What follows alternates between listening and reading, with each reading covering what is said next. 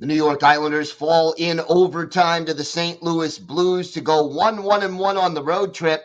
We're going to discuss something that is clearly already becoming an issue for the Islanders.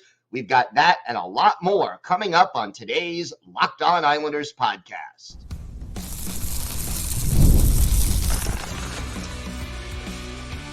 Your Locked On Islanders, your daily podcast on the New York Islanders. Part of the Locked On Podcast Network, your team every day. Gil Martin here, and welcome everybody to the Friday edition of the Locked On Islanders podcast, part of the Locked On Podcast Network, your team every day. I want to thank everyone who makes Locked On Islanders your first listen every day.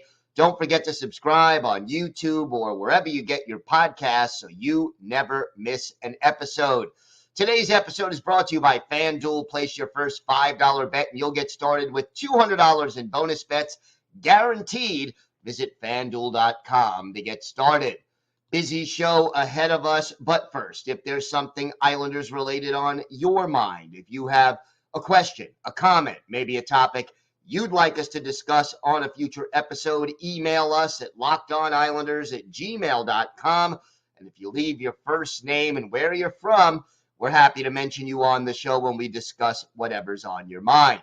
You can follow the show on X at Locked On Isles, and you can follow me, Gil Martin, on X at Ice Wars, NYR, VSNYI. We'll keep you up to date on all things Islanders all year long, and I am live tweeting during nearly every Islanders home and road game, so join me for some instant insight and analysis. It's always great to talk to you about some Islanders hockey, game time, or anytime. Frustrating loss for the Islanders. They fall to the St. Louis Blues 1-0 in overtime. So, you want to look at it in two ways. The good news, the New York Islanders have at least a point in 3 of their first 4 games this year. The bad news, they've been shut out in 2 of those 4 games. And if you look at this game, first of all, this was not a very entertaining hockey game. Let's be honest about that. Islanders outshoot the Blues 34-30, but for the most part, especially in the first 2 periods, neither team really produced a lot of really good scoring chances. And if you think about it, what is exciting about hockey? Hard hits, great stick handling, great passing, fast skating, great saves. There wasn't a lot of any of that throughout most of this game, and especially in the first 40 minutes.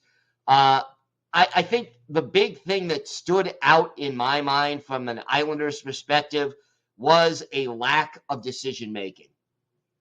Clearly, this team had chances, and yet, especially in the offensive zone, sometimes they passed when they needed to shoot. Sometimes they tried to stick handle when they needed to either pass or shoot. Sometimes they passed up an open shot to try to make a perfect play. There were a lot of instances where the decision-making just wasn't clicking for the New York Islanders, especially offensively. The penalty kill did fine in the I can't say there were a lot of opportunities. They killed off the only power play St. Louis had. The power play, which had 2 chances, did very poorly and just couldn't get going. And I think that is also right now a part of the reason for the Islanders' struggles. It wasn't even just that they didn't create a lot of scoring opportunities. They couldn't even gain the zone. And the first power play, it took them about 90 seconds to really gain the zone. The second power play, it took them more than the first half of the power play, the first minute. And again, poor decision-making. The top power play unit struggled much more than the second power play unit. At least the second unit had a little spark at times and was able to get things going. And overall, I think another factor in this game, defensively, the Islanders were solid. I'm not going to say outstanding, but they were solid. That was indeed important, that they improved positionally and did a better job. There were one or two instances where the puck was in the zone. But another thing that I think was a major factor in this 1-0 loss, and I think it affected both teams. I think the ice quality in St. Louis for this game, not the best. And the puck seemed to be bouncing. The passes were not particularly crisp by either team. It wasn't an overly physical game. This was just not a highly entertaining hockey game for most of the first, let's say, 45, 50 minutes. Toward the end, both teams did create chances, but the Islanders just couldn't finish. And it's sort of like deja vu all over again. Hero and go to the game. I mean, let's be honest. The hero of the game, I think it's got to be Ilya Sorokin. And maybe the best part of this game from an Islanders perspective, besides the fact that the team played pretty good defense in front of Sorokin. But to me, Sorokin, with one or two exceptions, was in midseason form. He came out of his net when he needed to. He played the angles well. He was aggressive. He was confident. Again, you don't seem to see any issues with the back.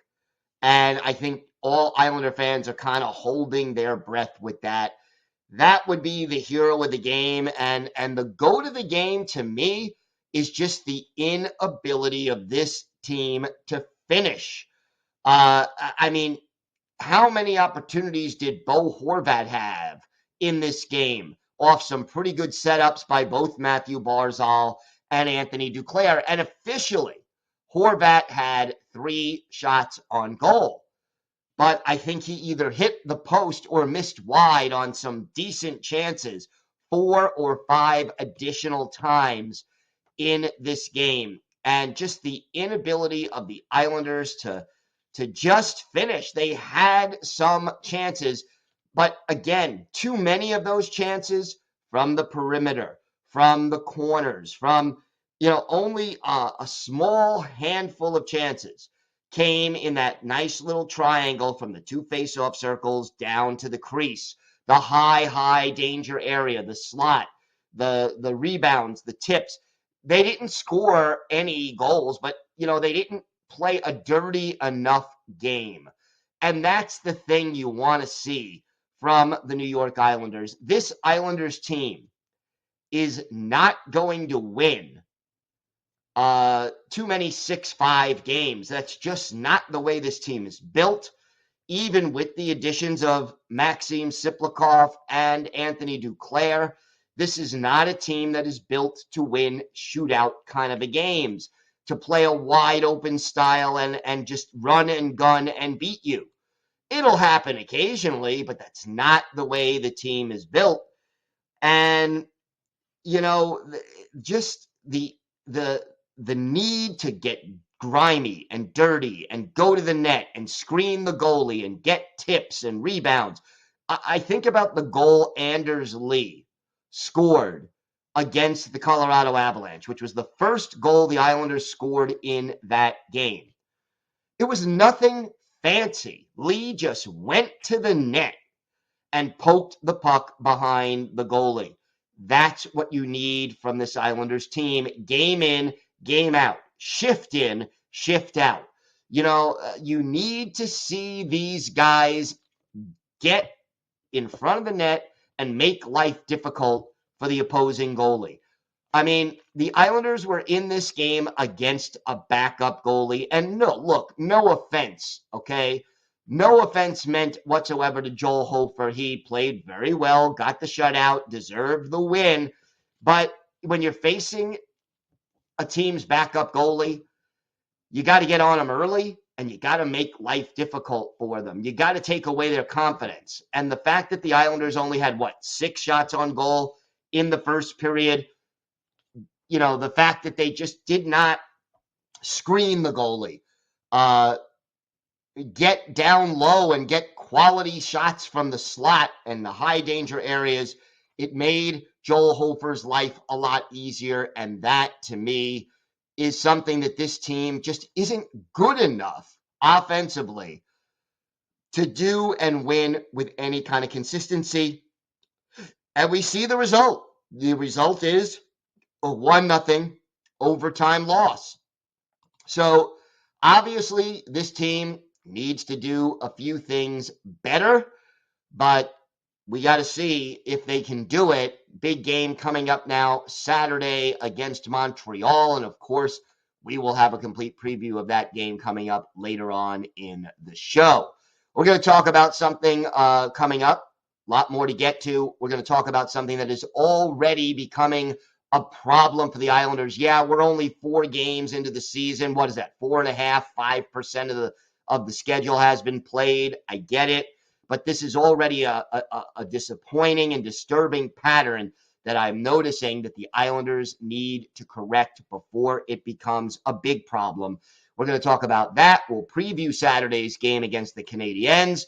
And for our Islanders' birthday of the day, a defenseman whose brother also played in the NHL and who was with the Islanders in their first and part of their second season before moving on to play for the Kansas City Scouts and Colorado Rockies. Tough one. Let's see if you can guess who this Manitoba native is. We've got that and a whole lot more coming up on today's Locked On Islanders podcast. Today's episode is brought to you by Prize Picks. You can now win up to 100 times your money on Prize Picks with as little as 4 correct picks. Prize Picks is the best place to get real money sports action. Join more than 10 million users and sign up today. So, look, one of the great things is Prize Picks, they put their members first. All withdrawals are fast, safe, and secure. When my picks hit, I can get my money in as quick as 15 minutes. So, look, sign up today. Just download the app. Use code LOCKEDONNHL to get $50 instantly after you play your first $5 promo. And it's very simple. Look, you think Justin Jefferson will get more than 83.5 yards next week? Christian McCaffrey running for more than 75.5. Cook up hot takes with your friends and win real money this football season when you and your crew run your game on Prize Picks. Again, download the app. You get $50 instantly after you play your first $5 lineup when you use the code LOCKEDONNHL. And hey, check it out. Prize Picks, just the place to go for fantasy. All right.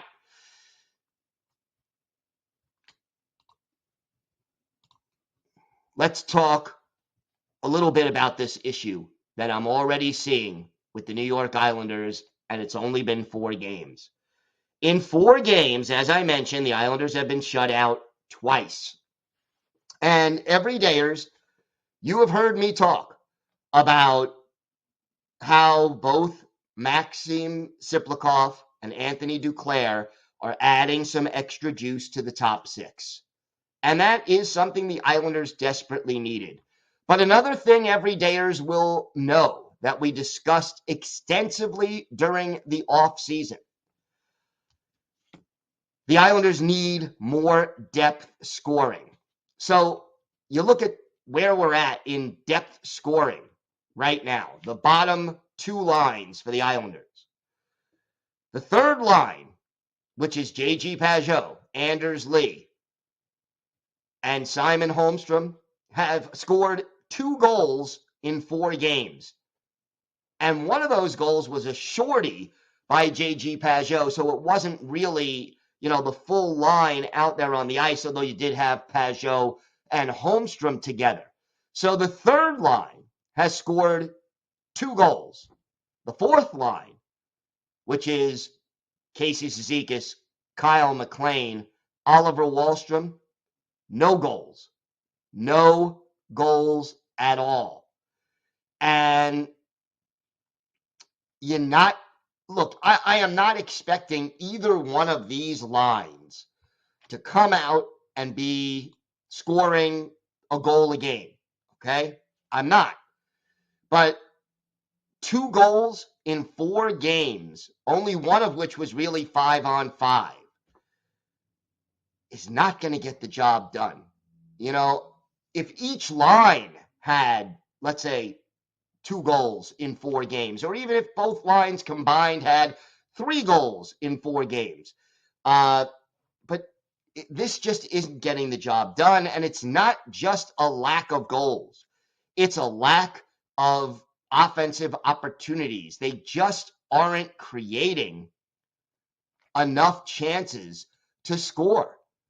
And this is something that absolutely has to be corrected now, whether Patrick Waugh has to make a couple of adjustments here with the line combinations or needs to change his approach. You know, that's a tough one.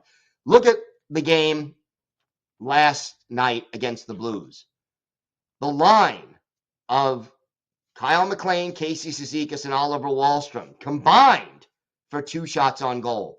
One by McLean, one by Cizikas. Wally, no shots. Okay? Simon Holmstrom in this game, no shots on goal. J.G. Pageau had 3. Anders Lee had 4. 1 or 2 really good chances, but again, for the most part, you know, I think both Lee and Pageau had 1 good scoring chance each. And yeah, the third line is your checking line, and the fourth line is your energy line or your defensive line, whatever you want to call them. But you can't get so little offense from your bottom 6. You got to get more. And, you know, here we are, 4 games into the season, okay? 4 games into the season, and the New York Islanders in 4 games have scored a grand total of 10 goals. And out of those 10 goals, 8 of the 10 come from your top 6 forwards. You need more. You need more balance. And, you know, again, I don't expect the third and fourth lines to even come close to matching the top line and the second line, especially since those guys are not getting chances on the power play. But a guy like J.G. Pageau, get me between 15 and 20 goals. Anders Lee, get me 20. Casey Cizikas, get me 12 to 15. McLean, you know, Kyle McLean, get me 10 to 15 goals. Oliver Wahlstrom, get me 15 goals in a fourth line role. These guys really need to be Simon Holmstrom, give me 15 to 20 goals. You know, if each one of these guys is getting a goal every 4 or 5 games, that should be, you know, in 4 games, should be more production. And there just isn't. And unless they find a way to spark these bottom lines and to have them be a little more physical and a little more aggressive, again, I'm not expecting them to go coast to coast, a la, like Bob Bourne back in the day. You never see that much. You're not expecting them to do a Barzal where you scoop up the puck deep in your own zone and skate past 3 guys. No, I'm not expecting that, okay? But I am expecting these guys to work hard, crash the net, get rebounds, dig for loose pucks, create scoring opportunities, and cash in on a few of them. I don't care if they're pretty goals or not, but there's got to be more offensive production. You got to have more opportunities to score, and then you got to finish when you get those opportunities. The Islanders, you know, tonight, as a whole, against the Blues, did not do enough to go to those dirty areas, and the bottom 6 has got to be more productive, or the New York Islanders are going to be in trouble. It just has to be better, no matter how you slice it. Or, again, you're going to lose a lot of games when you score. When you score 0 goals, the odds of you getting a point, let alone 2, are not good. And when you're shut out in 2 of your first 4 games, again, I'm not super worried about that 4 games in, but the pattern of the way the bottom 6 is playing and the lack of results, it needs to improve soon. We'll see how Patrick Waugh and the players handle this situation. I think they can do better, and I know they have to do better if we're going to see this team succeed. More to come on today's Locked On Islanders podcast. The Islanders return home Saturday to face the Canadiens. We will preview that game, plus we'll have our Islanders birthday of the day. All that and more still to come on today's Locked On Islanders podcast. Today's episode is brought to you by your friends at FanDuel. Hey, NFL fans, you could start the season with a big return on FanDuel. It's America's #1 sportsbook. So when you get a hunch in the middle of the game, you could check out the latest stats, view live play-by-play, and so much more on the same page where you place your bets. You can get started with $200 in bonus bets guaranteed when you place your first $5 bet. Islander fans, do you think the Islanders will bounce back Saturday against the Canadiens? Check out all the latest odds on FanDuel. You got the baseball playoffs going on, college football, pro football, so much happening in the sports world right now. Check out all the odds for all your favorite teams at FanDuel. Again, get started with $200 in bonus bets guaranteed when you place your first $5 bet. That's FanDuel.com. FanDuel, America's #1 sportsbook. Today's episode also brought to you by your friends at Game Time. Game Time has a new feature. It's called Game Time Picks, and that makes getting tickets for your favorite live events even easier. Game Time Picks filters out the fluff to show you only incredible deals on great seats, so you don't have to waste time searching through thousands of tickets. My favorite feature on the Game Time app is the view from your seat. You go on the app, you get a panoramic view of your seat before you purchase the tickets, so you know exactly what to expect when you arrive. Take the guesswork out of buying tickets with Game Time. Just download the Game Time app, create an account, and use code LOCKEDONNHL for $20 off your first purchase. Terms apply. Again, create an account, redeem code LOCKEDONNHL for $20 off. Download Game Time today. What time is it? Game time. I want to thank everyone who makes Locked On Islanders your first listen today. For your second listen, find Locked On Fantasy Hockey. Become a fantasy hockey expert and get the edge over your league mates with daily tips from Steal and Flip. Find the Locked On Fantasy Hockey podcast on YouTube or wherever you listen to podcasts. It's part of the Locked On Podcast Network, your team every day. Islanders, Canadiens, Saturday. Can't wait to see this game. Islanders back at home for only their second home game, and they are going to face a Canadiens team that comes in with a record of 2 wins and 3 losses on the season. Lost their last 2 at home, lost 6-3 to the Pittsburgh Penguins earlier this week, and then last night falling to the LA Kings 4-1. And it'll be interesting to see right now which goalie the Canadiens go with. Sam Montembeault, he has played in 4 of the first 5 games, and he has been substantially better than backup Caden Primo, who gave up 6 goals in 57 minutes in his only start, which was a loss. So Montembeault has played the last 3 games. Whether or not he plays a 4th game in a row will be interesting. Cole Caulfield, the most dangerous player for Montreal. Here he is 5 games into the season. He's already got 4 goals for the Habs, and he also picked up an assist on the only goal that Montreal scored against LA last night. Juraj Slafkovsky, also dangerous, as is Caden Gould. So, some good players on this team. But again, the Islanders cannot take the Canadiens lightly. Montreal, a young and up-and-coming team, still in a rebuild, but we'll see whether or not they see Montembeault or Primo. You look at the line combinations for the Canadiens, it's Nick Suzuki, Cole Caulfield, and Uri Slafkovsky on that dangerous top line. Kirby Dach, Alex Newhook, and Joel Armia are the second line.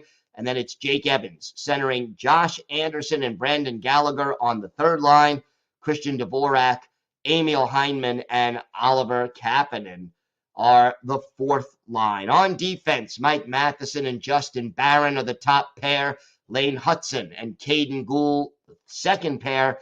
And, then you have David Savard and Arbor Ukai on the third pair.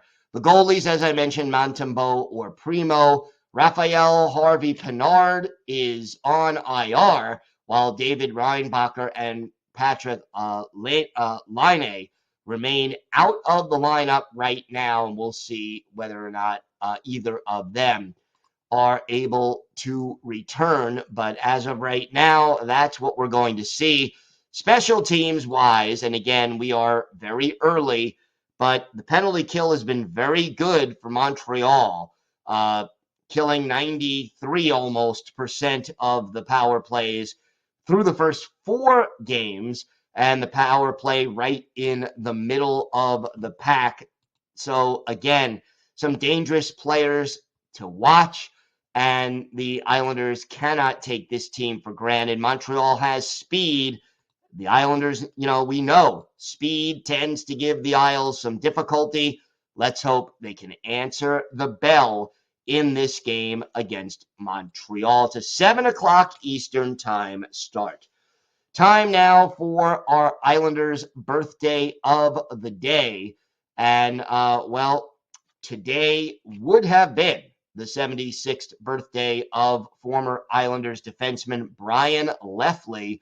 Lefley, a native of Grosse Isle, Manitoba, undrafted, made his debut in the NHL for the Islanders in their expansion year, 72-73, played in 63 games, had 3 goals, 10 points, 56 penalty minutes, and was a minus 39. Played with the Islanders for only 7 games the following season, then was selected by the Kansas City Scouts in the expansion draft, moved to Colorado with them when they became the Rockies, and then finished his career in Germany and hung up his skates after the 80-81 season. Only played 228 career NHL games, 7 goals, 36 points, and 101 penalty minutes. One of his better games with the Isles, March 20th, 1973 at the Nassau Coliseum. The old California Golden Seals come to town, and in this game, our Islanders' birthday of the day, Brian Lefley scoring in the final 14 seconds of the first period. Ed Westfall and Ralph Stewart get the helpers. That put the Islanders up on the Seals by a score of 3-1. Lefley had 2 penalty minutes and was a +2, scored on 1 of his 2 shots in this game. Billy Harris had 2 goals to pace the Islanders. Jerry Desjardins had 23 saves to earn the win. Gil Martin was in goal for the Seals, who also featured Reggie Leach and Craig Patrick, the future assistant coach of the Miracle on Ice team and the future coach and GM of both the Rangers and Penguins later on in his career.